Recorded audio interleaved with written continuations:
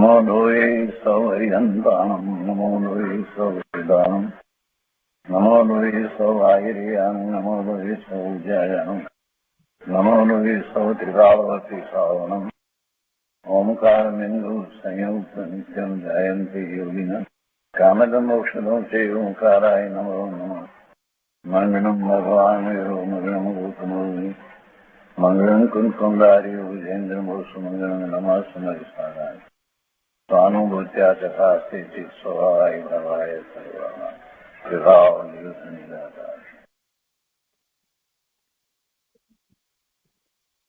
स्वामी कार्तिकेय अनुप्रेक्षा आचार्य भगवान शुभचंद्राचार्य रचित स्वामी कार्तिकेय अनुप्रेक्षा ની ટીકા तथा पंडित जयचंदी चावड़ा राखी भावार्थ અને ટીકા એ સહિત આપણે સ્વામી કાર્તિકેય અનુપ્રેક્ષા ગ્રંથનો સ્વાધ્યાય કરી રહ્યા છીએ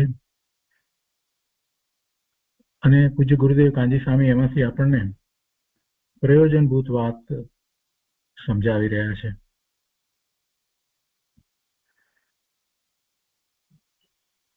ગાથા 152 સુધી આપણે સ્વાધ્યાય કર્યો છે. લોક ભાવનાની ઘણી ગાથાઓ આચાર્ય ભગવાને લખી છે. લોક અનુપ્રેક્ષાની આ બધી ગાથાઓનો આપણે સ્વાધ્યાય કરી રહ્યા છીએ. તો એમાં 152મી ગાથા સુધી આપણે સ્વાધ્યાય કર્યો છે. 153મી ગાથામાં હવે આગળ કહે છે કે હવે જીવોની સંખ્યા દ્વારા અલ્પ બહુત્વ કહે છે. અલ્પ અને બહુ વધારે શું છે એ સંખ્યાની અપેક્ષાથી વાત કરવી છે. સંખ્યામાં શું વધારે અને સંખ્યામાં શું ઓછું, જીવોની સંખ્યા કયા પ્રકારે જીવોની કયા પ્રકારના જીવોની સંખ્યા વધારે છે અને કયા પ્રકારના જીવોની સંખ્યા ઓછી છે. જીવો નિશ્ચયથી તો જીવોની જે સંખ્યા છે તે જ સંખ્યા છે. જીવની સંખ્યામાં કાંઈ વધારો કોઈ ઘટાડો થતો નથી. જીવ માત્ર જીવ જ છે. અહીંયા સંસાર પર્યાયમાં રહેલા જીવો જે ચાર ગતિમાં ભ્રમણ કરી રહ્યા છે અને એમના જે જુદા જુદા પ્રકારે શરીર છે તો એ અપેક્ષાથી વાતને સમજવાની છે. સિદ્ધોની સંખ્યા અનંત છે, એ તો અનંત છે જ, પણ એ સિવાય સંસાર પર્યાયમાં રહેલા જીવોની સંખ્યા અનંત છે અને એ અનંતની અંદર પછી જે ભેદ પાડવામાં આવ્યા એ ભેદ તો એની શરીરની અપેક્ષાથી ભેદ પાડવામાં આવ્યા. જે એકેન્દ્રિયથી શરૂ કરીને સંઘની પચેન્દ્રિય સુધીના ભેદ પાડવામાં આવ્યા અને પછી એમાં પણ પાછા સૂક્ષ્મ અને બાદર ને પછી પાછું એને પર્યાપ્તિ પૂરી ન થઈ હોય, પૂરેપૂરું શરીર ન બન્યું હોય એ બધા અપર્યાપ્ત અને કેટલાક જે છે એને શરીર પૂરા બન્યા હોય એવા પર્યાપ્ત. તો આ બધા જે ભેદ પાડીને સમજાવવું તો શું છે કે આટલા જીવો છે. તો હવે સામાન્ય સમજ આપણને હોય કે કઈ પર્યાયમાં અને કયા શરીર સહિત કેટલા પ્રમાણમાં જીવો છે તો એટલું જાણવા માટેની આ વાત છે.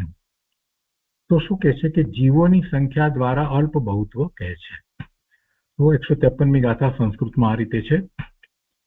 મનુજાત નૈરૈકિકાત અસંખ્યાત ગુણ ગુણિતા સર્વે ભવંતિ દેવા પ્રત્યેક વનસ્પતય તતઃ.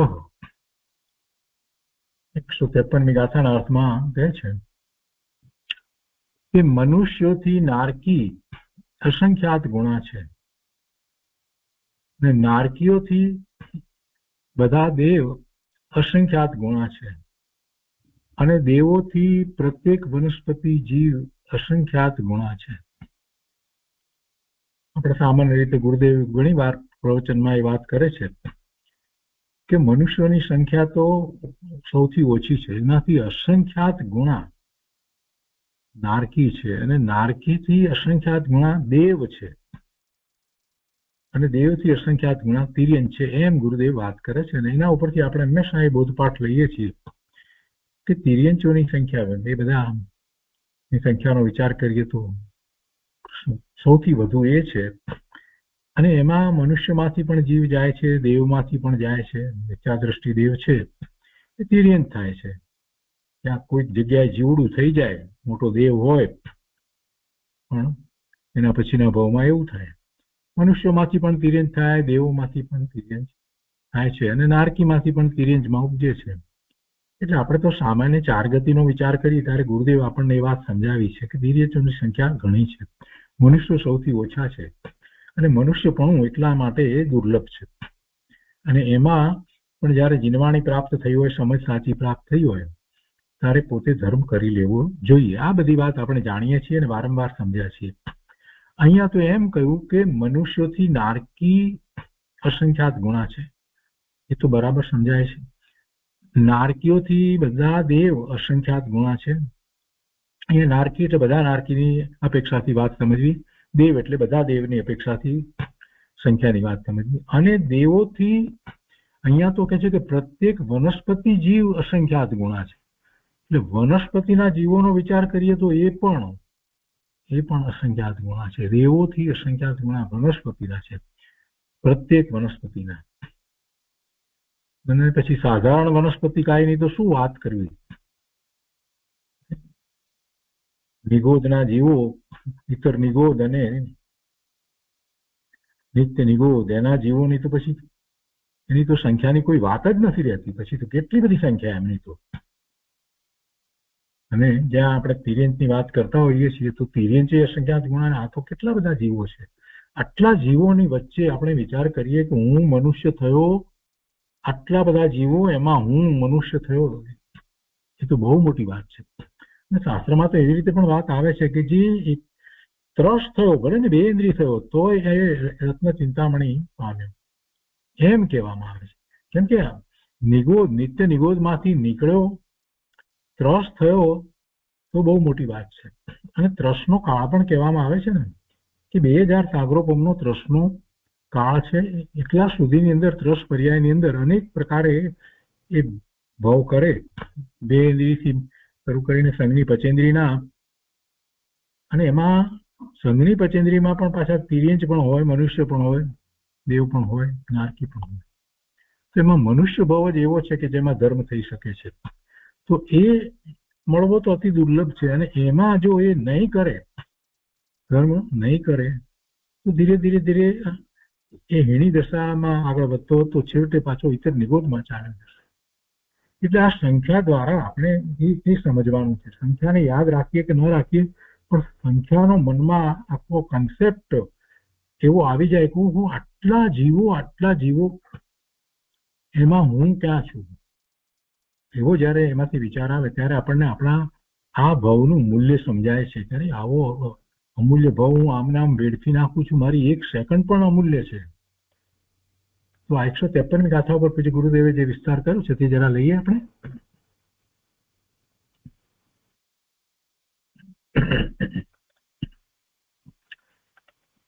ગુરુદેવ કહે છે કે જુઓ, નરક કરતા સ્વર્ગના જીવો ઝાઝા છે, ઘણા છે. જીવે નરક કરતા સ્વર્ગના અવતાર અસંખ્યાત ગુણા કર્યા છે. એમ કહ્યું ને, નરક કરતા સ્વર્ગના અવતાર વધારે કર્યા છે, અસંખ્યાત ગુણા કર્યા છે. આ જીવ સ્વર્ગમાં નથી ગયો એમ નહીં, સ્વર્ગમાં વધારે વખત ગયો છે. નરકમાં ગયો એના કરતા અસંખ્યાત વખત એ સ્વર્ગમાં ગયો છે. અનંત કાળમાં એ નરકમાં ગયો એના કરતા વધારે વખત તો સ્વર્ગમાં ગયો છે. મનુષ્યમાં તો બહુ ઓછો, એ તો બહુ જ ઓછો.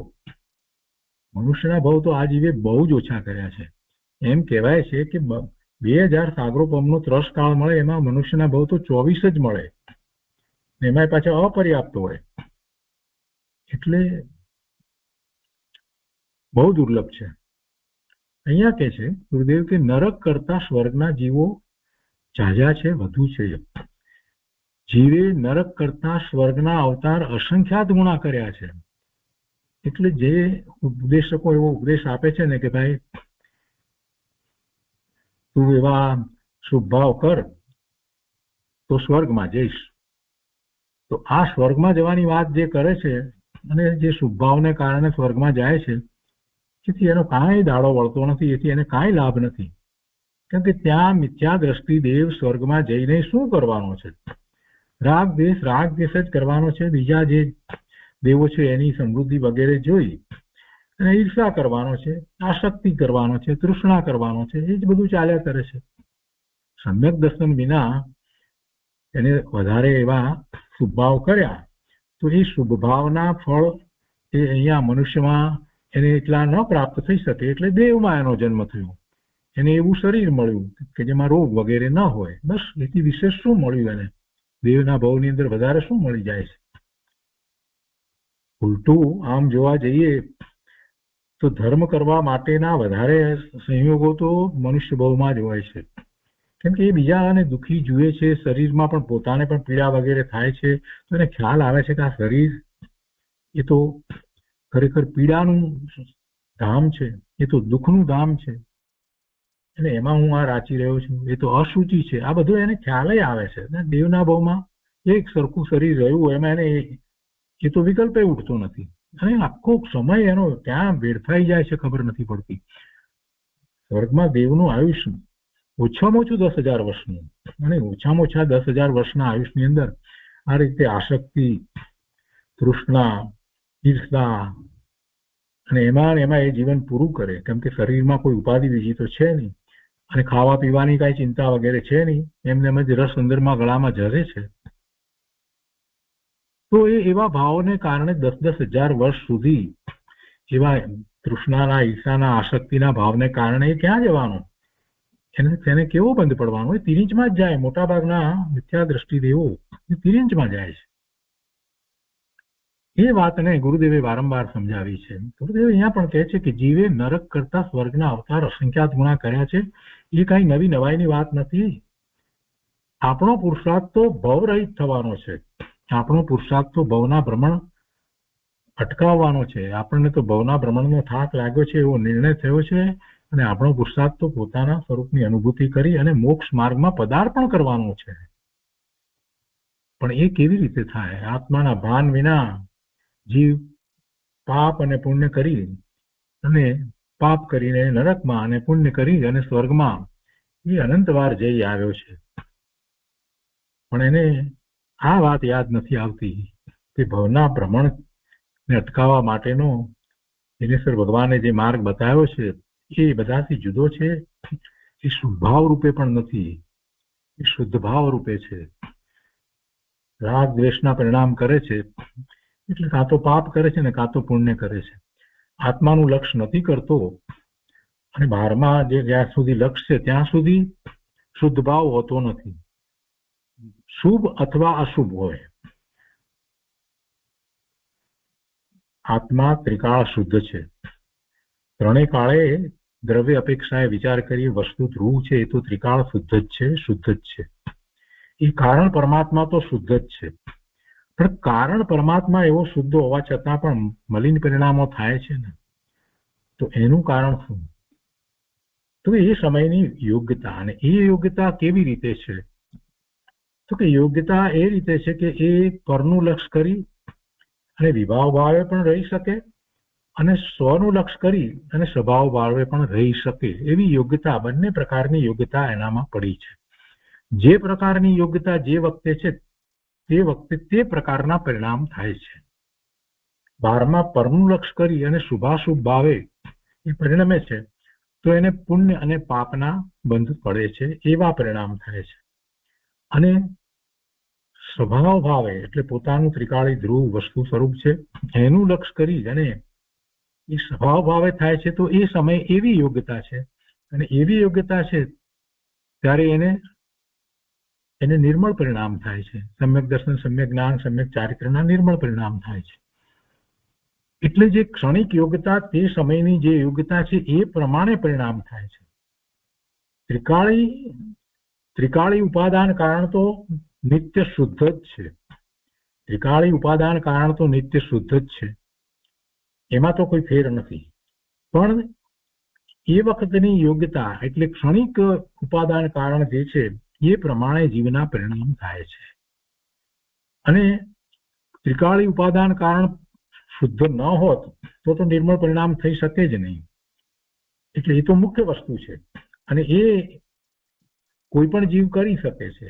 પોતાના ત્રિકાળી વસ્તુનું લક્ષ્ય કરી અને પોતે શુદ્ધ ભાવે પરિણમે છે. ઉપયોગ એ વખતે શુદ્ધ કહેવાય છે અને નિર્મળ પરિણામ થાય છે. આ મૂળભૂત વસ્તુ છે અને એ કરી શકે છે. એટલું જ નહીં, પણ એ હંમેશ માટે કરી શકે છે, એમાં સ્થિર થઈ શકે છે. જ્યારે પેલું પરનું લક્ષ્ય કરીને જે વખતે ઉપયોગ બહારમાં છે, તો એ વખતે એનું લક્ષ્ય કરી અને એવી જ્યારે યોગ્યતા છે, એ ક્ષણિક યોગ્યતાને કારણે શુભાશુભ ભાવ થાય છે, પુણ્ય પાપના બંધ થાય છે. તો એ પરિણામ એ એક સરખા ક્યારેય કરી શકતો નથી. એ એક સરખા થતાય નથી. એમાં તો ઘણો ફેર થઈ જાય છે. ક્યારેક શુભ અને ક્યારેક અશુભ એમ થાય, એની પણ તીવ્રતામાં ફેર પડે. આવું બધું ચાલ્યા કરે. જયારે શુદ્ધ ભાવે થાય અને જે પરિણામ થાય તો એમાં તો એ ધારે તો એમાં સ્થિર થઈ શકે છે. કેવળ જ્ઞાન પ્રગટ કરી શકે છે. એટલે આ પોતાના કારણ પરમાત્માને શુદ્ધ વસ્તુને એને સમજવાની જરૂર છે ને એ વસ્તુનો જેને નિર્ણય થાય છે એ જ ભવના ભ્રમણથી છૂટે છે. એને જ પછી આ 4 ગતિના ભ્રમણ હોતા નથી. એ પછી સ્વર્ગમાં પુણ્યને કારણે જઈ આવ્યો અને પાપને કારણે નરકમાં જઈ આવ્યો અને ફરી પાછો કંઈક મનુષ્ય થાય ને બધું થયા કરે છે. પણ એ કંઈ એનું સાચું સ્વરૂપ નથી. આ બધી વાત જયારે સમજમાં આવે છે ત્યારે ખ્યાલ આવે છે કે આપણને આવો અમૂલ્ય ભાવ મળ્યો છે ને આપણે ક્યાં વેડફી રહ્યા છીએ. અને બધા જ મહાપુરુષો એ આપણને ભાન કરાયું છે. ગુરુદેવે વારંવાર એ વાતને સમજાવી છે. ગુરુદેવ કહે છે કે આત્માનું ભાન તને નથી અને આત્માના ભાન વિના પાપ અને પુણ્ય કરી અને નરકમાં તેમજ સ્વર્ગમાં અનંતવાર જીવ જઈ આવ્યો છે. પણ પાપ અને પુણ્ય બંનેથી પાર પોતાના જ્ઞાન સ્વભાવનું ભાન પૂર્વે કર્યું નથી. જ્ઞાન સ્વભાવનું ભાન જીવે પૂર્વે કર્યું નથી. પુણ્ય કરીને સ્વર્ગમાં ગયો પણ તેમાં આત્માનું હિત ન થયું. પુણ્ય પાપ રહિત જ્ઞાન સ્વભાવની પ્રતીતિ કરે તો હિત થાય. જેમાં પુણ્ય પણ નથી ને પાપ પણ નથી, એવો પોતાનો જ્ઞાન સ્વભાવ છે, એની પ્રતીતિ કરે, એની શ્રદ્ધા કરે, એની અનુભૂતિ કરે, ત્યારે એનું હિત થાય છે. ગુરુદેવ કહે છે તો કેવડી ભગવાને આ બધું પ્રત્યક્ષ જોયું છે. શું જોયું છે? આ જીવો ક્યાં કેવી રીતે ઉપજે છે, એમની અવગાહના, એમના આયુષ્ય, આ બધું કેવડી પરમાત્માના જ્ઞાનમાં પ્રત્યક્ષ આવ્યું છે. કેમ કે એ જ્ઞેય છે ને, એટલે જ્ઞેય તરીકે જ્ઞેય માત્ર ને કેવડી ભગવાનનું જ્ઞાન જાણે છે, સર્વજ્ઞ પરમાત્માનું જ્ઞાન જાણે છે. એટલે કેવડી ભગવાને આ બધું પ્રત્યક્ષ જોયું છે. અને હું પણ મારા જ્ઞાન સ્વભાવની ભાવના કરીને કેવળ જ્ઞાન પ્રગટ કરીશ ત્યારે મારા જ્ઞાનમાં પણ આ બધું પ્રત્યક્ષ જણાશે. આમ જ્ઞાન સ્વભાવની પ્રતીતિપૂર્વક ધર્મી જીવ આ લોકનું સ્વરૂપ વિચારે છે. જ્ઞાન સ્વભાવની પ્રતીતિપૂર્વક ધર્મી જીવ આ લોકનું સ્વરૂપ વિચારે છે. ભલે એને પૂર્ણતા થઈ નથી જ્ઞાન સ્વભાવની, પણ એને એવો પૂરેપૂરો વિશ્વાસ છે કે મને પણ એમ જ દેખાવાનું છે. કેમ કે અનંત જીવોએ એમ જોયું છે. અનંત સિદ્ધ થયા, એ બધા સર્વજ્ઞ થયા અને પછી સિદ્ધ થયા. તો અનંત જીવોના જ્ઞાનમાં એમ જ વસ્તુ પ્રકાશી છે. જગતનું સ્વરૂપ એ જ રીતે પ્રકાશ્યું છે. એમાં કોઈમાં વિપરીતતા દેખાઈ નથી. ઋષભદેવ ભગવાનના જ્ઞાનમાં લઈએ કે પછી મહાવીર સ્વામી ભગવાનના જ્ઞાનમાં લઈએ અને એ વચ્ચેના બાકીના બીજા 22 તીર્થંકર ભગવાનના જ્ઞાનમાં લઈએ કે પછી એ બધા જ તીર્થંકર ભગવાનના સમયમાં જે કેવળી પરમાત્મા હતા એ બધા કેવળી પરમાત્માઓના જ્ઞાનમાં લઈએ તો બધાના જ્ઞાનમાં વસ્તુ સ્વરૂપ તો આવું જ પ્રકાશ્યું છે. કઈ જુદું પ્રકાશ્યું છે એમ નહીં. અને વર્તમાનમાં મહાવિદ્ય ક્ષેત્રને વિશે બિરાજતા 20 તીર્થંકર ભગવાન અને લાખો કેવળી ભગવાનનો વિચાર કરીએ તો એ સર્વજ્ઞ છે. એ બધા સર્વજ્ઞ છે. એમના જ્ઞાનમાં પણ આવું જ વસ્તુ સ્વરૂપ પ્રકાશ્યું છે. તો પછી જયારે મને પણ જ્ઞાન સ્વભાવમાં વિશેષ એકાગ્રતા કરતા કરતા જયારે કેવળ જ્ઞાન થશે ત્યારે વસ્તુ સ્વરૂપ એવું પ્રકાશશે. એટલે એમાં કોઈ વિરોધ કરવાની, દલીલ કરવાની કાંઈ જરૂર નથી. અનંત જીવોને એવો પ્રકાશ થયો છે તો મને પણ થશે. પણ મૂર્ખ જીવો ખોટી દલીલ કરે છે. કોણે જોયું ને કોણે કર્યું ને કેવી રીતે, ના તો બધું કલ્પિત છે. આવી બધી વાતોમાં પડી અને ધર્મને ચૂકી જાય છે. કહેવાનો આશય સમજતા નથી કે ભગવાનના જ્ઞાનમાં આ અનેક પ્રકારે જીવો અને જીવોની અવગાહના અને જીવોના આયુષને જીવોના શરીરની બધાની જે વાત કરવામાં આવી છે એ પાછળનું કંઈક કારણ છે, એનું રહસ્ય છે. એનું શું રહસ્ય, એનું શું કારણ છે એ સમજવાનો પ્રયત્ન નથી કરતો જીવ. કે આટલા જીવો છે અને આટલી સંસારની આવી પર્યાયો થાય છે અને એમાં બધામાં દુઃખ સિવાય બીજું કાંઈ નથી, એ સમજાવવા માટે કહેવામાં આવ્યું છે. અત્યારના બુદ્ધિમાન જીવોને આ વાત ગળે ઉતરતી નથી. એમને તો બધું નરી આંખે જોવું છે, ઇન્દ્રિયના વિષય બનાવીને જોવું છે, એટલે એમને આ વાત ઉતરતી નથી. ગુરુદેવ કહે છે કે ભાઈ જરા તું તારા જ્ઞાન સ્વભાવનો નિર્ણય કર અને પછી તું વિચાર કર. તો જ્ઞાન સ્વભાવની પ્રતીતિપૂર્વક ધર્મી જીવને તો કોઈ શંકાએ થતી નથી ને કોઈ વિરોધે આવતો નથી. એ તો આ વસ્તુને સ્વીકારી અને એના ઉપરથી પોતે ધર્મમાં ચાલ્યો જાય છે. તો આ તાત્પર્ય ગુરુદેવે સમજાવ્યું અને એ બધી વસ્તુ માટે લાગુ પડે છે. જે વિસ્તારથી વર્ણન આવે છે એ બધાને માટે લાગુ પડે છે.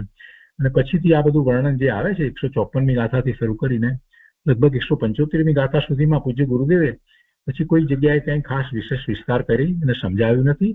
એ ગાથા અને ગાથાના અર્થ અને એના ભાવાર્થ જે છે એ જ લેવામાં આવ્યા છે. અને પછીથી જ્યારે આ બધું વર્ણન આવી જાય ત્યાર પછીથી ગુરુદેવે ફરી પાછું એમાંથી તાત્પર્યભૂત વાતને લઈ અને આપણને માર્ગદર્શન આપ્યું છે. તો ત્યાં સુધીની આ જે બધી ગાથાઓ જે છે જેમાં ગુરુદેવે વિશેષ વિસ્તાર નથી કર્યો આપણે જોઈએ છીએ, તો એ બધી ગાથાઓ આપણે અત્યારે જેટલી લેવાય છે તેટલી લઈએ છીએ અને એના અર્થ ભાવાર્થને આપણે સમજીએ છીએ, એ કરીએ છીએ. પછી જ્યારે ગુરુદેવનું પ્રવચન આવે છે તો ત્યારથી પછી આપણે ત્યાં સુધીની ગાથાઓ કર્યા પછીથી ગુરુદેવે જે વિસ્તાર કરીને જે સમજાવ્યું છે તે 175મી ગાથાથી પછી શરૂ કરી અને પછી ગુરુદેવ સમજાવે છે તે લઈશું. તો આપણે આગળ લઈએ 154મી ગાથાથી શાસ્ત્રમાંથી.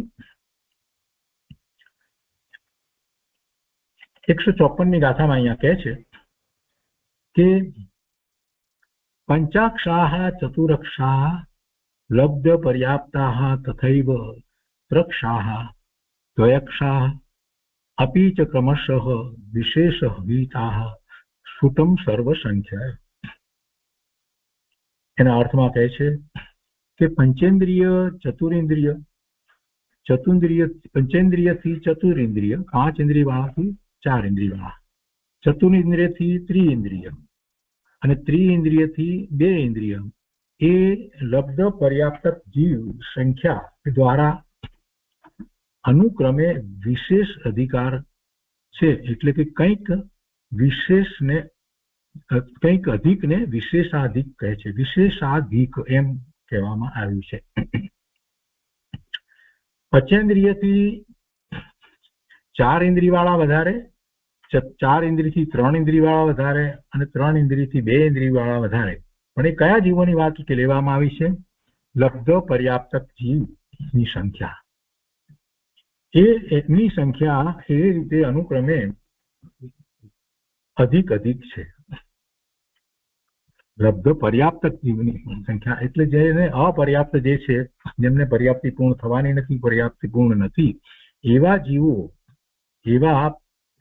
જીવો જે પંચેન્દ્રિય છે એનાથી એવા 4 ઇન્દ્રિય વાળા જીવો. લબ્ધ પર્યાપ્ત જીવ 4 ઇન્દ્રિય વાળાથી લબ્ધ પર્યાપ્ત જીવ 3 ઇન્દ્રિય વાળા એ વધારે છે. એવી જ રીતે લબ્ધ પર્યાપ્ત ત્રિઇન્દ્રિયથી 2 ઇન્દ્રિય વાળા વધારે છે. એમ લબ્ધ પર્યાપ્ત જીવોની સંખ્યા અનુક્રમે વધારે છે. એટલે એ રીતે 2 ઇન્દ્રિય લબ્ધ પર્યાપ્ત જીવની સંખ્યા સૌથી વધારે છે. એ રીતે આ આખી વાતને લીધી છે. તો મૂળ વાત આમાં તો એ આવી કે જે લબ્ધ પર્યાપ્ત જીવોની સંખ્યા જે છે પંચેન્દ્રિયથી 2 ઇન્દ્રિયમાં સૌથી વધારે તો 2 ઇન્દ્રિયની છે. આ લબ્ધ પર્યાપ્ત જીવની વાત લીધી છે. એટલે અપર્યાપ્ત જીવો છે એની સંખ્યાની વાત લીધી છે. પર્યાપ્ત જીવો છે એની સંખ્યા તો ઓછી છે, આ તો અપર્યાપ્તની વાત લીધી છે. હવે આગળ કહે છે 155ની અંદર કે ચતુરક્ષાઃ પંચાક્ષાઃ દ્વયાક્ષાઃ તથા ચ જાનીહિ ત્રક્ષાયા એતે પર્યાપ્તિયુતા અધિકા ક્રમેણ એવ. જો હવે પર્યાપ્તની વાત કરે છે, પેલી અપર્યાપ્તની વાત લીધી લબ્ધ પર્યાપ્તની વાત લીધી. હવે પર્યાપ્ત જીવો, જેને બધી પર્યાપ્તિ પૂરી થઈ છે, આખા શરીર બરાબર જેને બન્યા છે, જે ગતિમાં છે એ ગતિ પ્રમાણેના એના એ રીતે પૂરા શરીર બન્યા છે એટલે પર્યાપ્ત છે. તો એમાં કે છે કે પર્યાપ્તની અંદર ચતુરિન્દ્રિય, પંચેન્દ્રિય, 2 ઇન્દ્રિય, તેવી જ રીતે 3 ઇન્દ્રિય એ પર્યાપ્તિ સહિત જીવો અનુક્રમથી અધિક છે. હવે આમાં અધિકમાં અનુક્રમથી આ રીતે લીધું કે 4 ઇન્દ્રિયથી 5 ઇન્દ્રિય વાળા વધારે, 5 ઇન્દ્રિયથી 2 ઇન્દ્રિય વાળા વધારે, તેવી જ રીતે 3 ઇન્દ્રિય, એના પછીથી 3 ઇન્દ્રિય લીધું. તો એમ એનાથી એ વધારે, કેમ કે અનુક્રમથી અધિક લીધા છે. આ જે પર્યાપ્ત જીવો જે છે એમાં સૌથી વધારે પર્યાપ્ત જીવો કયા લીધા? આ અનુક્રમથી અધિક લઈએ તો 3 ઇન્દ્રિય વાળા સૌથી વધારે છે. 4 ઇન્દ્રિય કરતા 5 ઇન્દ્રિય, અને 5 ઇન્દ્રિય કરતા 2 ઇન્દ્રિય વધારે, અને એથી 3 ઇન્દ્રિય એનાથી પણ વધારે. એમ આ અનુક્રમ છે. તો એ પર્યાપ્ત જીવો માટેની વાત લીધી કે જેને શરીરની પર્યાપ્તિ બધી પૂરી થઈ છે, શરીર પૂરું બન્યું છે, એ પર્યાપ્ત છે. તો એની સંખ્યા આ રીતે અધિક છે. જ્યારે જે અપર્યાપ્તની વાત લેવામાં આવી હતી એમાં તો 5 થી 4, 4 થી 3, 3 થી 2 એ રીતે એ વધતા ક્રમમાં લીધું હતું. જ્યારે અહીંયા જરાક ક્રમમાં ફેર છે. સૌથી વધારે એ 3 ઇન્દ્રિય વાળા પર્યાપ્ત જીવો છે, એનાથી ઓછા પર્યાપ્ત જીવો 2 ઇન્દ્રિય વાળા છે, એનાથી ઓછા 5 ઇન્દ્રિય વાળા છે, અને સૌથી ઓછા પર્યાપ્ત જીવ 4 ઇન્દ્રિય વાળા છે. એ પછીથી ગાથા 156માં કહે છે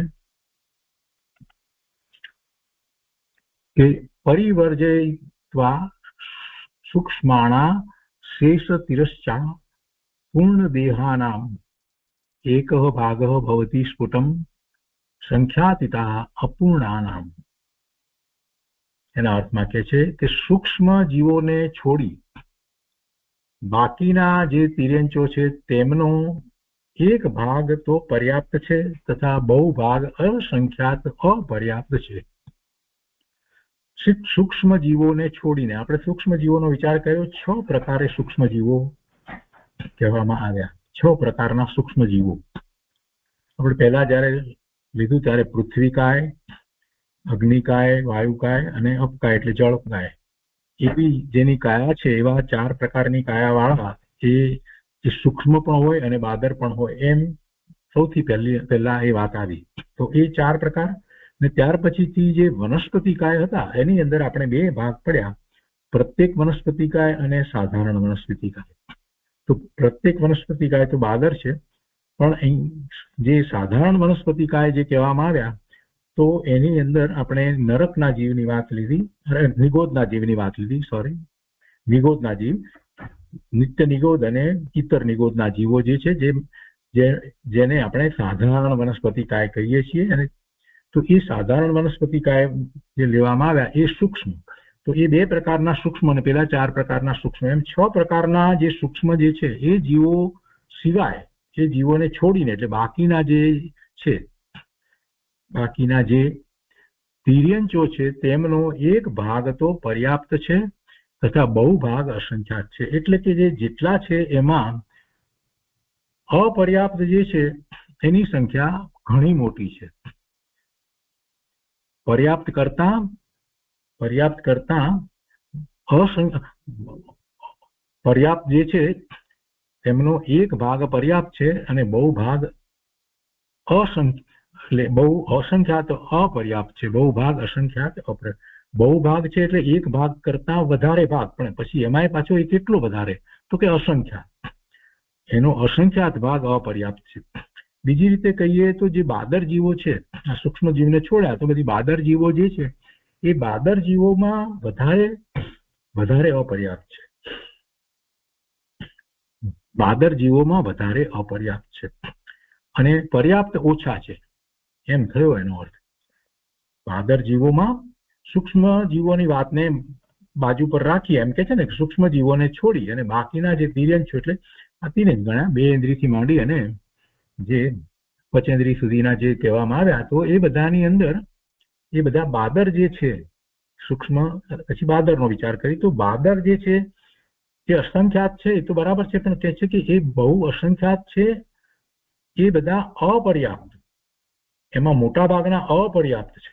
બાદર જીવોમાં વધારે ભાગ અપર્યાપ્ત છે, પર્યાપ્ત નથી.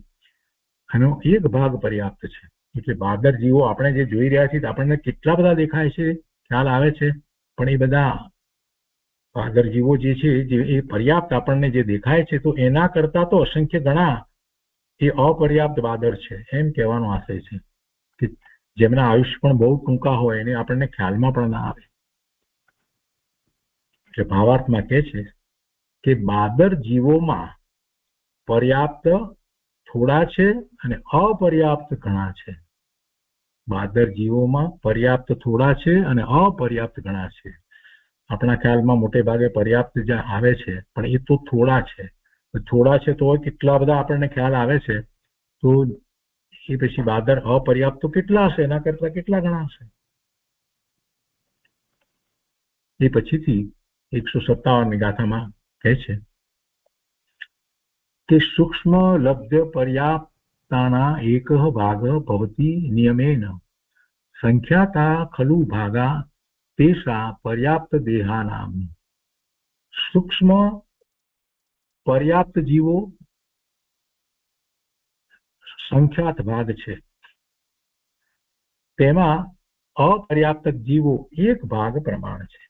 હવે સૂક્ષ્મની વાત કરે છે. જ્યારે પેલા બાદરની વાત કરી એમાં તો સમજાવી દીધું કે ભાઈ પર્યાપ્ત ઓછા છે અને એના કરતા અનેક ઘણા અસંખ્યાત ઘણા અપર્યાપ્ત છે.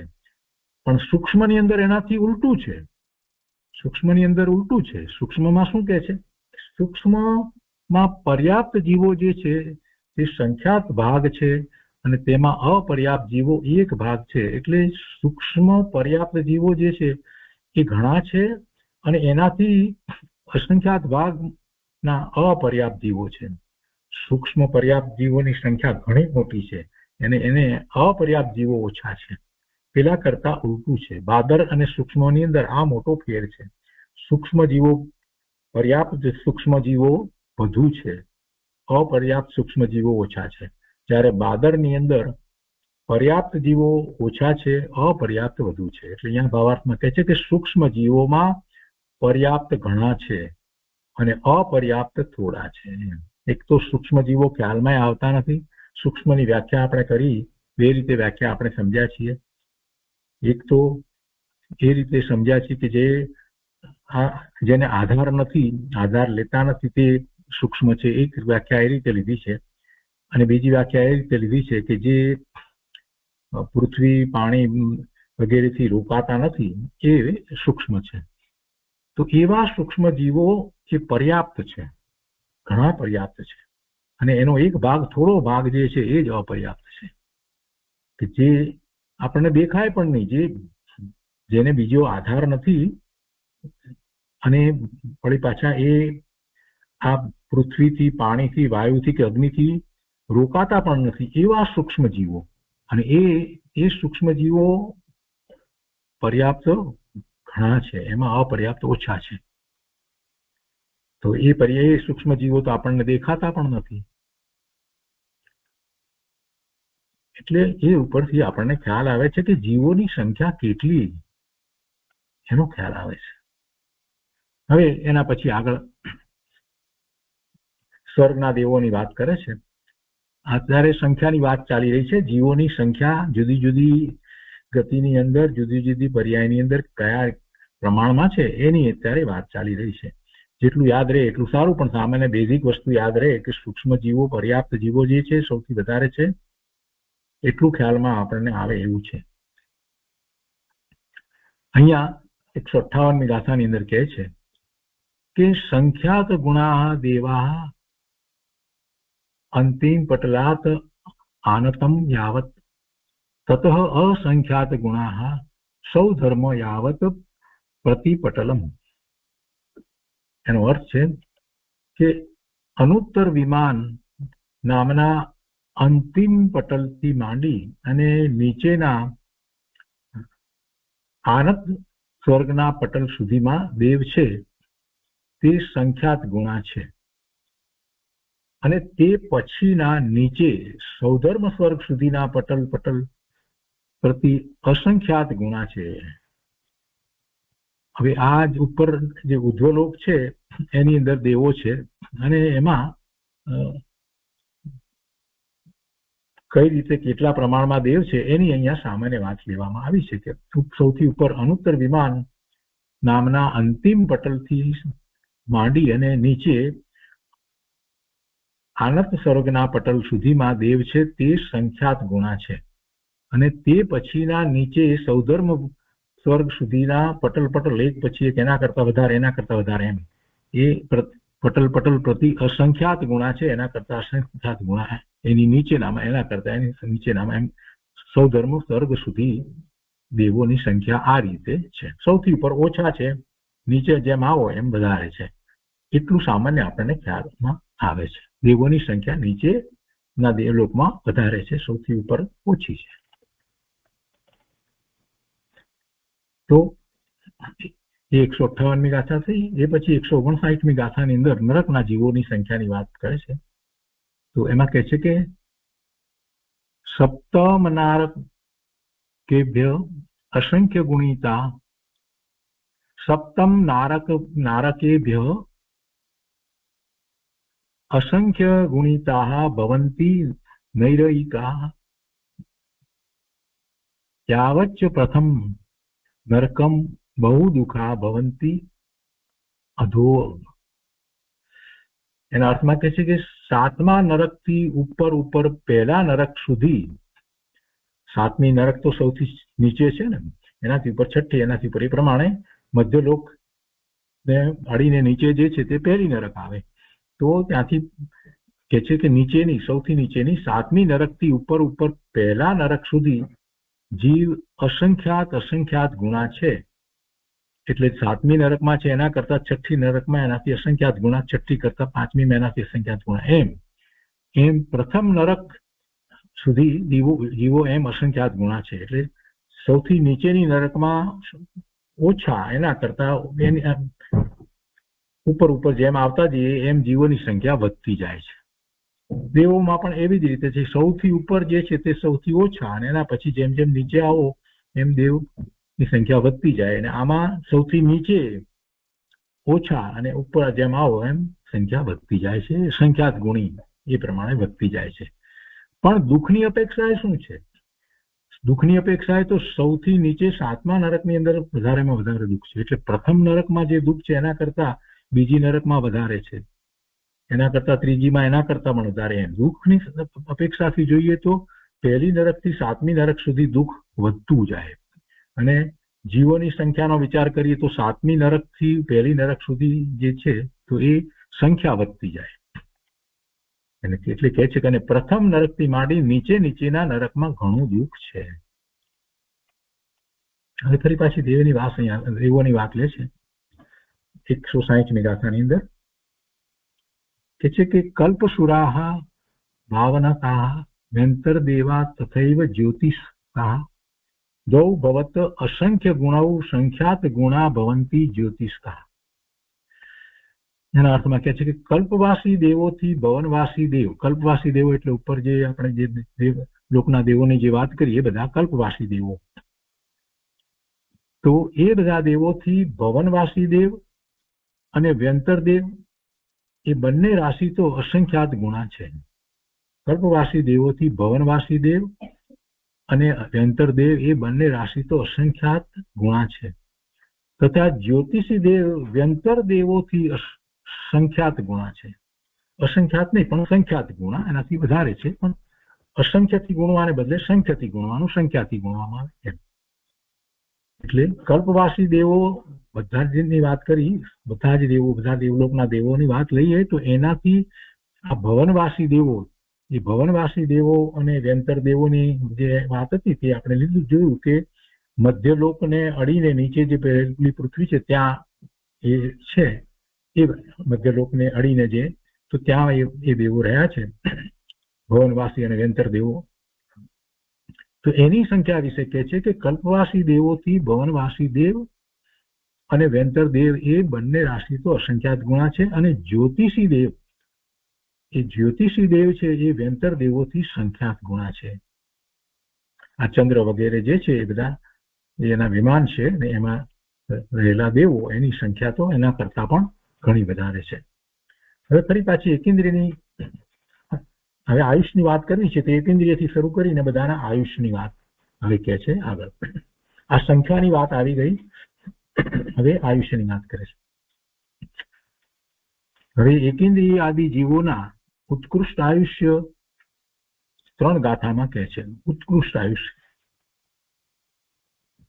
તો એમાં પહેલું છે અહીંયા 161ની ગાથાની અંદર કહે છે કે પ્રત્યેક આના આયુ વર્ષ સહસ્રાણી 10 ભવેત પરમમ અંતર્મુહૂર્તમ આયુ સાધારણ સર્વ સૂક્ષ્માણામ. 161મી ગાથા એના અર્થમાં કહે છે કે પ્રત્યેક વનસ્પતિનું ઉત્કૃષ્ટ આયુ 10,000 વર્ષનું છે.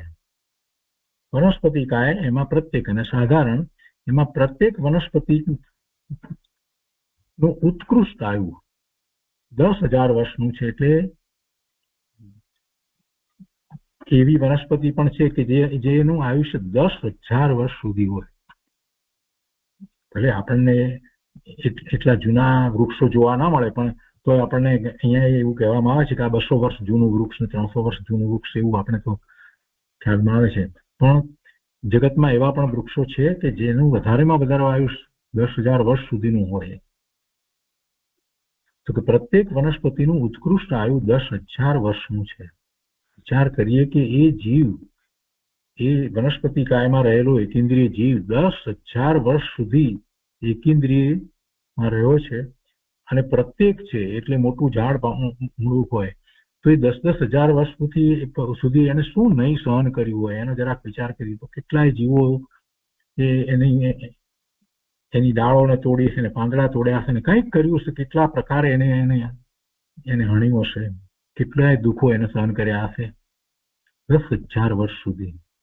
અને એક જ જગ્યાએ રહ્યું હોય, હલી ચલી શકે નહીં, બીજે ક્યાંથી કંઈ ખસી શકે નહીં, આવી સ્થિતિ 10,000 વર્ષની. પ્રત્યેક વનસ્પતિનું ઉત્કૃષ્ટ આયુ 10,000 વર્ષનું છે. તથા હવે સાધારણની વાત કરે તો કે સાધારણ વનસ્પતિમાં આપણે જોયું ઇતર નિગોદ અને નિત્ય નિગોદની વાત કરી, તેમાં સૂક્ષ્મ અને બાદર, એમાં પણ 50 સૂક્ષ્મ અને બાદર ખરા સાધારણમાં. તો એમાં એ અને પછી નિત્ય ઇતર નિગોદ અને બધા સૂક્ષ્મ પૃથ્વી અપ તેજ વાયુ કાયિક જીવોનું ઉત્કૃષ્ટ આયુ અંતર્મુહૂર્તનું છે. સાધારણ વનસ્પતિ કાય જે છે એમાં સૂક્ષ્મ અને બાદર એટલે કે એમાં જે સાધારણમાં નિત્ય અને ઇતર નિગોદ બે લેવાના અને એ સિવાય બાદર પણ ખરા. એમાં પણ સાધારણમાં પણ એમ કે છે સૂક્ષ્મ સાધારણમાં સૂક્ષ્મ અને બાદર, નિત્ય અને ઇતર નિગોદ અને બધાએ સૂક્ષ્મ 6 પ્રકારે સૂક્ષ્મ લીધા છે ને આપણે નિત્ય અને ઇતર નિગોદના, અને 4 પ્રકારના આ પૃથ્વી અપ તેજ અને વાયુકાય એમાં પણ સૂક્ષ્મ. તો એ બધા સૂક્ષ્મનું એનું જ ઉત્કૃષ્ટ આયુષ્ય અંતર્મુહૂર્તનું હોય. સૂક્ષ્મનું ઉત્કૃષ્ટ આયુષ્ય અંતર્મુહૂર્તનું, ઉત્કૃષ્ટ વધારેમાં વધારે લીધું છે. ટૂંકમાં સૂક્ષ્મનું ઉત્કૃષ્ટ આયુ એ વધારેમાં વધારે આયુષ્ય અંતર્મુહૂર્તનું, અને અંતર્મુહૂર્તનો અર્થ 48 મિનિટથી ઓછો. હવે બાદર જીવોનું ઉત્કૃષ્ટ આયુષ્ય કહે છે. આ સૂક્ષ્મ જીવોનું કયું, પછી બાદર જીવોનું ઉત્કૃષ્ટ આયુષ્ય 162માં ગાથામાં કહે છે કે 22 સપ્ત સહસ્રાણી પૃથ્વી તોયાના આયુષ્કમ ભવતી અગ્નિના ત્રીણી દિનાની ત્રીણી સહસ્રાણી વાયુનામ. એટલે એના અર્થમાં કહે છે બાદર જીવોનું આયુષ્ય છે અહીંયા 6 પ્રકારના સૂક્ષ્મ સિવાય બધા બાદર એની વાત કરતા કહે છે કે પૃથ્વી કાયિક જીવોનું ઉત્કૃષ્ટ આયુ આ બાદર, આ જે 5 પ્રકારે જે લેવાના છે અહીંયા એ બધા બાદરની વાત છે. એકેન્દ્રિયમાં પણ બાદર, બધા જ બાદરના આયુષની વાત કરવી છે તો એમાં કહે છે કે પૃથ્વી કાયિક જીવોનું ઉત્કૃષ્ટ આયુ 22,000 વર્ષ. પૃથ્વી કાયિક બાદર જીવોનું, પહેલી વાત તો એ કે આ બધા બાદર જીવોના આયુષની વાત કરવામાં આવી છે. તેમાં પૃથ્વી કાયિક જીવોનું ઉત્કૃષ્ટ આયુષ 22,000 વર્ષનું છે. અપકાયિક જીવોનું એટલે જેનું શરીર પાણી જેવું છે એવા જીવોનું ઉત્કૃષ્ટ આયુષ 7,000 વર્ષનું છે. અગ્નિકાયિક જીવોનું ઉત્કૃષ્ટ આયુષ 3 દિવસનું છે. તથા વાયુકાયિક જીવોનું ઉત્કૃષ્ટ આયુ 3000 વર્ષનું છે. આ એક ઇન્દ્રિયની બધાની વાત પૂરી કરી એમના આયુષની. હવે 2 ઇન્દ્રિય આદિનું ઉત્કૃષ્ટ આયુષ કે 2 ઇન્દ્રિય આદિ એટલે 30 જીવોના આયુષની વાત કરે છે. એમાં 163મી ગાથામાં કહે છે કે 12 વર્ષાણી દ્વયક્ષે 49 દિનાની ત્રક્ષે ચતુરક્ષે ષણમાસા પંચાક્ષે ત્રીણી પલ્યાની. એમાં કહે છે કે 2 ઇન્દ્રિય જીવોનું ઉત્કૃષ્ટ આયુ 12 વર્ષનું છે. 3 ઇન્દ્રિય જીવોનું ઉત્કૃષ્ટ આયુ 49 દિવસનું છે.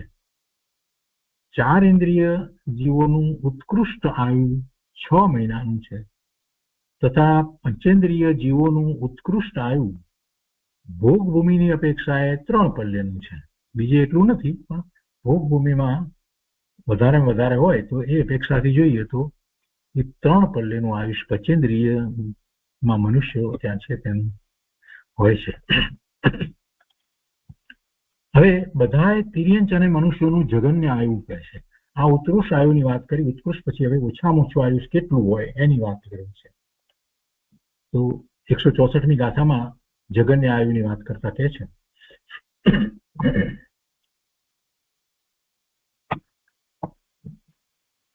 કે સર્વ જગન્યમ આયુ લબ્ધ પર્યાપ્તાના સર્વ જીવાનામ મધ્યમહીન મુહૂર્તમ પર્યાપ્તિ યુતાના મેં કૃષ્ણમ.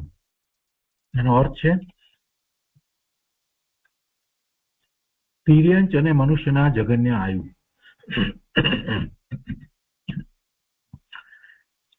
લબ્ધ પર્યાપ્તક સર્વ જીવોનું જગન્ય આયુ મધ્યમહીન મુહૂર્ત છે. એક મુહૂર્ત નહીં, અંતર મુહૂર્તની વાત જયારે કરીએ તો એમાં મધ્યમહીન મુહૂર્ત એમ કીધું. એટલે એમાં હીન એટલે ઓછું થાય, મધ્યમ. લબ્ધ પર્યાપ્તક સર્વ જીવોનું, લબ્ધ પર્યાપ્તક કહ્યું ને, લબ્ધ પર્યાપ્તક એટલે એને ક્યાં પૂરી પર્યાપ્તિ છે? એને પર્યાપ્તિ પૂરી નથી તો એનું આયુષ તો ઓછું જ હોય ને. તો ઓછું એટલે કેટલું ઓછું? એમ અંતર મુહૂર્ત કહીએ, પણ અંતર મુહૂર્તમાં આપણને એમ થાય કે 48 મિનિટ કરતા એક સમય સુધી પણ અંતર મુહૂર્ત જ કહેવાય. તો કે ના, એમાં પણ ઘણું ઓછું કહેવું છે. એટલે એમ કે છે કે લબ્ધ પર્યાપ્તક સર્વ જીવોનું જગન્ય ઓછામાં ઓછું આયુ મધ્યમ હીન મુહૂર્ત છે. મધ્યમ હીન મુહૂર્ત. અને તે ક્ષુદ્ર ભવ માત્ર જાણવું. ક્ષુદ્ર ભવ માત્ર એટલે શું કહેવાય? ક્ષુદ્ર ભવની પહેલા અગાઉ વાત આવી ગઈ છે કે એક શ્વાસની અંદર 18 ભવ કરે એ ક્ષુદ્ર ભવ કહેવાય. એ આપણે જે સાધારણ મનુસ્મૃતિકાયની વાત આવી ત્યારે એ વાત હતી. ગુરુદેવે એ વાત સમજાવી છે અને શાસ્ત્રમાં પણ અહીંયા આપણે એ વાત આવી. એક ક્ષુદ્ર ભવ માત્ર એનું જે આયુષ જે છે કે એક ઉચ્છ્વાસની અંદર, એક શ્વાસ લઈને છોડીએ એમાં 18 ભવ થાય. તો ક્ષુદ્ર ભવ એટલે એટલું આયુષ, કેટલો ઓછો સમય. તો એ પણ અંતર મુહૂર્તમાં જ જાય ને. એટલે અહીંયા એમ કીધું કે મધ્યમહીન મુહૂર્ત એમ લીધું છે. એટલે તે ક્ષુદ્ર ભવ માત્ર જાણવું, અર્થાત એક ઉચ્છ્વાસના 18માં ભાગ માત્ર છે. વળી એકેન્દ્રિય આદિથી માંડી અને કર્મભૂમિના તિર્યંચ મનુષ્ય એ બધા પર્યાપ્ત જીવોનું, આ તો પેલા અપર્યાપ્તની વાત લીધી, લબ્ધ પર્યાપ્ત જીવોનું આયુષ્ય લીધું ને. પણ જે પર્યાપ્ત છે એનું કેટલું એની વાત કરે છે કે વળી એકેન્દ્રિયથી માંડી અને કર્મભૂમિના તિર્યંચ મનુષ્ય એ બધા પર્યાપ્ત જીવોનું જગન્ય આયુ પણ મધ્યમ હીન મુહૂર્ત છે.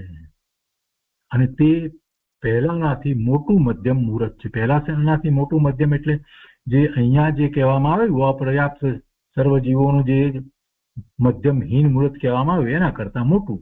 એટલે ક્ષુદ્ર ભાવ માત્ર જે કહેવામાં આવ્યું શ્વાસના 18માં ભાગ જેટલું એના કરતા મોટું છે. કોનું? પર્યાપ્તનું જગન્ય આયુ, ઓછામાં ઓછું આયુ. કર્મભૂમિના એકેન્દ્રિયથી માંડી અને કર્મભૂમિના તિર્યંચ મનુષ્ય એ બધા પર્યાપ્ત જીવોનું ઓછામાં ઓછું આયુ, જગન્ય આયુ પણ મધ્યમહીન મુહૂર્ત છે. અને તે પહેલાનાથી મોટું મધ્યમ અંતર મુહૂર્ત છે. એટલે અહીંયા પહેલામાં જે કહેવામાં આવ્યું એના કરતા મોટું. હવે એ પછીથી દેવ નારકીઓનું ઉત્કૃષ્ટ તેમજ જઘન્ય આયુ કહે છે. તો એમાં 165મી ગાથાની અંદર કહે છે કે દેવાના નારકાણા સાગર સંખ્યા ભવંતી ત્રય ત્રિશત ઉત્કૃષ્ટમ ચ જઘન્યમ વર્ષાણા 10 સહસ્ત્રાણી. 165મી ગાથાના અર્થમાં કહે છે કે દેવોનું તથા નારકી જીવોનું ઉત્કૃષ્ટ આયુ, ઉત્કૃષ્ટ પહેલા ઉત્કૃષ્ટ લીધા છે અને પછી જગન્યની વાત કરી છે, એટલે અહીંયા પણ દેવ અને નારકીના આયુષ્ય માટે પણ ઉત્કૃષ્ટ આયુ. દેવોનું તથા નારકી જીવોનું ઉત્કૃષ્ટ આયુ 33 સાગરનું છે તથા તેમનું જગન્ય આયુ 10,000 વર્ષનું છે. ઓછામાં ઓછું આયુષ 10,000 વર્ષ હોય દેવોનું અને નારકીનું. પહેલી નરકમાં અને પહેલા દેવલોકમાં જ્યાં જોઈએ તો ત્યાં 10,000 વર્ષ હોય અને ઉત્કૃષ્ટ આયુષ દેવોનું 33 સાગરો પમનું છે. એવી જ રીતે 7મી નરકના દેવ જે નારકી છે એનું પણ 33 સાગરો પમનું ઉત્કૃષ્ટ આયુષ હોય. ભાવાર્થ છે કે આ આયુ સામાન્ય દેવોની અપેક્ષાએ કહ્યું છે. વિશેષ ત્રિલોકસાર આદિ ગ્રંથોથી જાણવું એટલે એમાં પછી પાછું વધારે વિસ્તારથી સમજાવ્યું. જુદા જુદાનું જુદું જુદું આયુષ પણ એમાં સમજાવવામાં આવ્યું છે. અને હવે અવગાહનાની વાત કરે છે તો એ અવગાહનાની વાત આપણે આવતા સ્વાધ્યાયમાં લઈશું. હવે એકેન્દ્રિય આદિ જીવોના શરીરની ઉત્કૃષ્ટ અને જગન્ય અવગાહના એ 10 ગાથામાં કહે છે. તો 10 ગાથા સુધીમાં બધાની અવગાહના કેટલી એ અવગાહનાની વાત આવશે. એ પછી આપણે આવતા સ્વાધ્યાયમાં લઈશું. આજનો સ્વાધ્યાય અહીંયા સુધી રાખીએ છીએ. હવે આમાં એક ગુરુદેવે જે વાત કરી છે એ લઈએ છીએ. એ પછીથી આવવાની છે, 75 પછીથી આવે છે, પણ જરાક વાંચનમાં લઈએ છીએ કે સર્વજ્ઞ દેવે લોકનું અસ્તિત્વ અનાદિ અનંત જોયું છે. ધર્મી જીવ જ્ઞાન સ્વભાવની પ્રતીતિ પૂર્વક એવા લોકનું સ્વરૂપ વિચારે છે. ક્યાં જીવોની કેટલી સંખ્યા છે, કેમ કે આ સંખ્યાની વાત આવી ને એટલા માટે આપણે આ લઈએ છીએ. ગુરુદેવ કહે છે કે ક્યાં જીવોની કેટલી સંખ્યા છે, કેટલું આયુષ્ય છે તથા કેટલી અવગાહના છે એ બધું સર્વજ્ઞ દેવની આજ્ઞા પ્રમાણે સમજવું જોઈએ. આજ્ઞા પ્રમાણે એટલે એમના જ્ઞાનમાં જેમ આવ્યું છે એમ આપણે માનવું જોઈએ. ભગવાને ની દિવ્ય ધરીમાં જેમ આવ્યું છે એમ આપણે માનવું જોઈએ. એમ ન માની અને આપણે આપણી બુદ્ધિ પ્રમાણે માની અથવા તો એમાં બધામાં વિરોધ કરવા જઈશું તો એમાંથી આપણને શું લાભ થવાનો છે? ધારો કે આપણે એમ ન માનીએ તો એથી આપણને કઈ લાભ છે? આપણે ના માનીએ અને એમ જ બધાના આયુષને એ જ રીતે વસ્તુ સ્વરૂપ હોય તો પછી આપણે એવા આયુમાં જઈએ ત્યારે ખબર પડે આપણને કે શું થાય, કેટલા દુઃખ છે.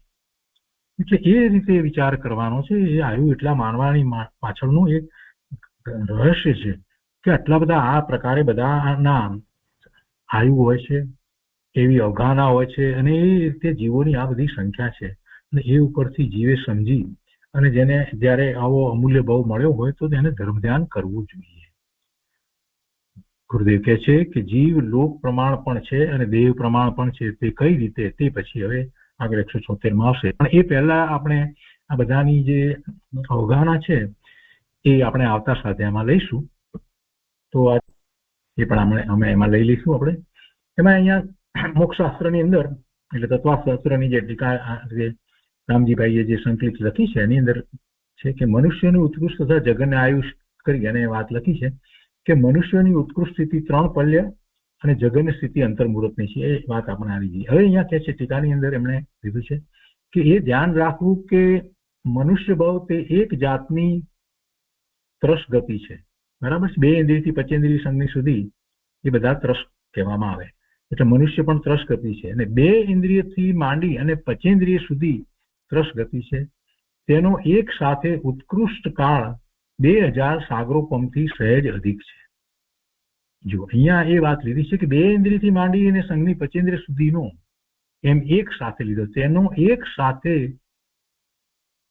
સાથે ઉત્કૃષ્ટ કાળ 2000 સાગરોપમથી સહેજ અધિક છે.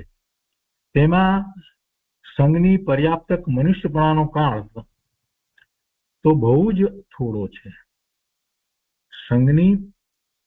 સંઘનીમાં પણ પાછો તિર્યંચય અને મનુષ્ય પણ હોય તો સંઘની મનુષ્ય પર્યાપ્ત, સંઘની પર્યાપ્તક મનુષ્યપણાનો કાળ તો બહુ જ થોડો છે. મનુષ્ય ભાવમાં જો જીવ સમ્યક દર્શન પ્રગટ કરી ધર્મની શરૂઆત નહીં કરે તો મનુષ્યપણું મટ્યા પછી કદાચ ત્રસમાં જ રહે તો પણ, ભલે ત્રસમાં રહ્યો હોય તો પણ નારકી, દેવ, તિર્યંચ અને બહુ થોડા મનુષ્ય ભાવ કરી અને છેવટે ત્રસ કાળ પૂરો કરી એકેન્દ્રિયપણું પામશે. પછી ભલે મનુષ્ય ભાવ ના મળે પણ બીજા ભાવમાંથી છેવટે પછી એ ધર્મ ક્યાંથી પામવાનો છે? એટલે કે છે કે છેવટે ત્રસ કાળ પૂરો કરી એકેન્દ્રિયપણું પામશે. ત્યાં ઘણો કાળ ઉત્કૃષ્ટપણે અસંખ્યાતા પૂતગળ પરાવર્તન કાળ સુધી રહી એકેન્દ્રિય પર્યાયો શરીરો ધારણ કરશે. અને પછી જે તિર્યંચોની આયુષ્ય સ્થિતિની એ જે વાત કરવામાં આવી તો એનો અહીંયા એક સામાન્ય અહીંયા કોઠો જે કરી અને સમજાવ્યું છે કે તિર્યંચોના આયુષ્યની ઉત્કૃષ્ટ તથા જઘન્ય સ્થિતિ તેટલી જ મનુષ્યના જેટલી છે કરીને અહીંયા લીધું છે. તિર્યંચોના આયુષ્યના પેટા વિભાગ નીચે પ્રમાણે છે. એમાં પહેલું પૃથ્વીકાયના લીધા છે 22,000 વર્ષની, આપણે હમણાં વાંચી ગયા એ પ્રમાણે. વનસ્પતિકાયમાં 10,000 વર્ષનું લીધું છે. પ્રત્યેક વનસ્પતિકાયની અંદર જે લેવામાં આવ્યું આ ઉત્કૃષ્ટ આયુષ્ય. અપકાયનું 7,000 છે, વાયુકાય 3,000, અગ્નિકાય 3 દિવસ, 2 ઇન્દ્રિયમાં 12 વર્ષ ઉત્કૃષ્ટ, 3 ઇન્દ્રિયમાં 49 દિવસ, ચતુર્ઇન્દ્રિયમાં 6 માસ અને પચેન્દ્રિયની અંદર પછી જુદા જુદા માટેના જુદા જુદા જે છે તે રીતે લીધા છે. કર્મભૂમિના પશુ, અસંગની, પચેન્દ્રિય, માછલા વગેરે 1 કરોડ પૂર્વ વર્ષ, પરિસર્પ જાતના સર્પો 9 પૂર્વાંગ વર્ષ, સર્પો 42,000 વર્ષ, પક્ષીઓ 72,000 વર્ષ, ભોગ ભૂમિના ચોપગા પ્રાણી 3 પલ્લે, ચોપગા પ્રાણી પણ અહીંયા લીધા છે. ભોગ ભૂમિયા સિવાયના એ સર્વેનું જગન આયુ એક અંતર્મુહૂર્ત છે, એમને અંતર્મુહૂર્ત તરીકે લીધું છે. આ વાતને પણ આપણે આજના સ્વાધ્યાયમાં રાખીએ છીએ.